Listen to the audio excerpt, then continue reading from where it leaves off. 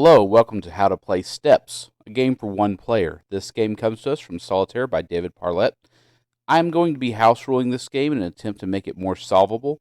You'll need 2 decks of cards, and the house rule for this game is we're going to be removing the aces of each suit from both decks of cards, and then we'll be shuffling those decks together. But of course I will have forgotten this by the time I've gotten all the aces out, and I'll put them right back in the box. Why? I don't know.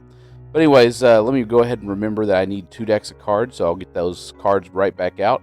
Now we're going to shuffle these decks together, and what we're going to be doing next is dealing out the layout. The layout is pretty simple. It'll be first column will be 1 card face up, and then the second will be 2 cards, 1 card face down, then followed by 2 cards face down, then 3, 4, 5, and then 6. Now I messed up and dealt 7 cards down here. That's incorrect. I'm going to go ahead and take those cards up, and then I'm going to put 1 card face up on each of the columns. Now I have a draw pile, I have a waste pile.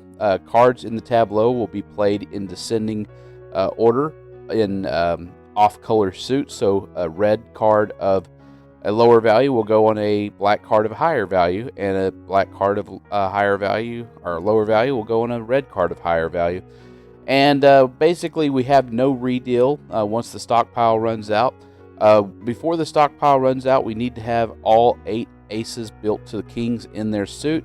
Once the stockpile runs out, if we cannot make any more further plays, legal plays, we are out. Now, we can move entire stacks of cards at a time, and we can have the ace wrapping around the king. Any card in the foundation pile can return to the tableau if needed or desired, and entire stacks of cards can be moved in the tableau as long as there's a legal play to be made. So as long as there's a legal play, we can move stacks of cards, and of course any vacancy can be filled by any card. So it doesn't necessarily have to be a king. Now, the example I put in the description had some different rules, as most Solitaire apps had different rules. People who programmed Solitaires sometimes misinterpreted rules or came up with their own, or just got confused or didn't pay too much attention. Happens in a lot of Solitaire apps.